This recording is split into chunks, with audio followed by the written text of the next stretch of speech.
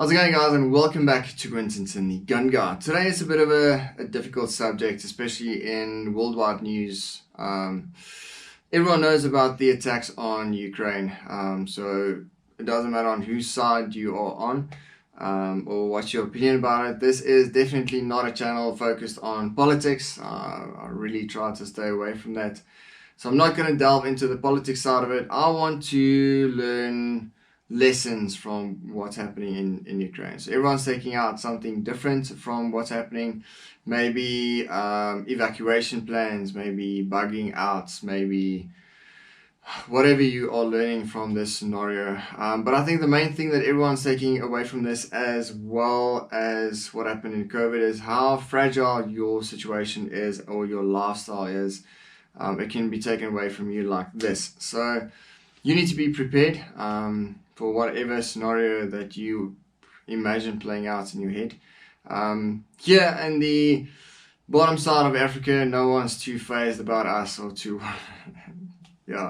worried about us either. So the main thing that I've taken away from this is gun control. So Ukraine had quite active gun control. What happened now is they changed those laws, allowing their people to have firearms, giving their people firearms, giving them ammunition, which gets me to something that us as everyday carriers, I can't say we focus on it, but this is one of the focus points, is being prepared and having a firearm on you. So us as civilians, as a general population in the country, we don't want to overthrow the government. Everyone's too happy with their lifestyle the way it is. We don't actually care much about who's in control either. Just be honest with yourself now. You don't want to overthrow the government. We don't give a shit about who's sitting in the in the top seat. Everyone's complaining about what's happening and how things are run, but no one actually wants to do it themselves. So taking away firearms from the general population, trying to control them, it just backfires. Look at what's happening now. So imagine, let's just take Texas, the state in America. It's one of the highest gun ownership states there. Do you think anyone that wants to attack America is going to start there? Freaking no one. Not just being afraid of their military because it's a freaking superpower, but just the civilians themselves are going to be a massive threat to whoever wants to attack them. Now, stopping bad people always requires force. You can't ask them to stop what's happening. We are seeing that with the situation in Ukraine now, where a lot of countries have come out and even tweeting about it, saying, you guys should stop, we're condemning whatever you're doing. And is it working? No. It's just basically the same thing the same thing as us as private citizens being attacked or being robbed. It's a bully that wants to take your shit, so you need to stop them with force. Just going, please stop, or blowing a rape whistle isn't going to help the situation. So it's the same thing with gun control as a broad term. Arming your civilians and your citizens, I think, is an absolutely great way to supplement your military. The military is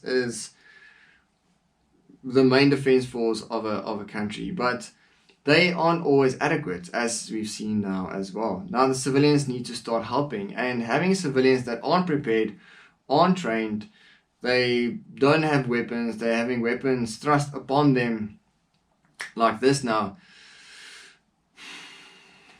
I think it's too little too late, honestly. Now imagine a civilian. Let's take a step back. Let's go to the looting that we had going on in South Africa now.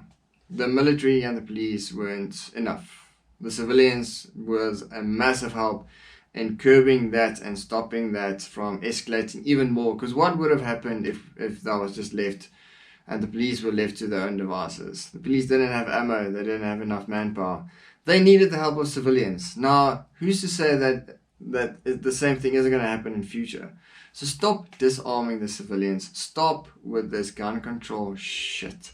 It is ridiculous. We really want to be prepared and have teeth to be able to defend our country, because if we didn't like the country, we wouldn't be here. We would be sitting in Australia or America or New Zealand, but we're not. We're still here. We want to be here, which means that we want to defend it and defend our lifestyle and defend the country.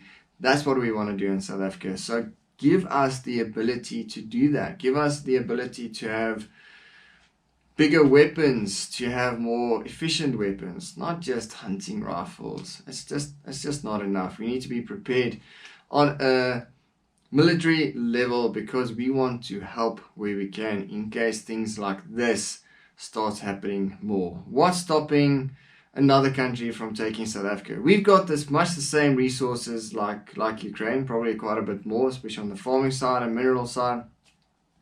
So we have a lot of minerals that we aren't utilizing as we should, or as we could, or as a superpower like Russia could be able to do. You think that our military will be up to defending the country? I don't think so. Do you think us as civilians helping the military? I think our chances might be quite a bit better. Anyway, guys, give me your thoughts down in the comment section. There's not a lot of positivity that we can take from the situation, because it's absolutely freaking horrendous what's happening.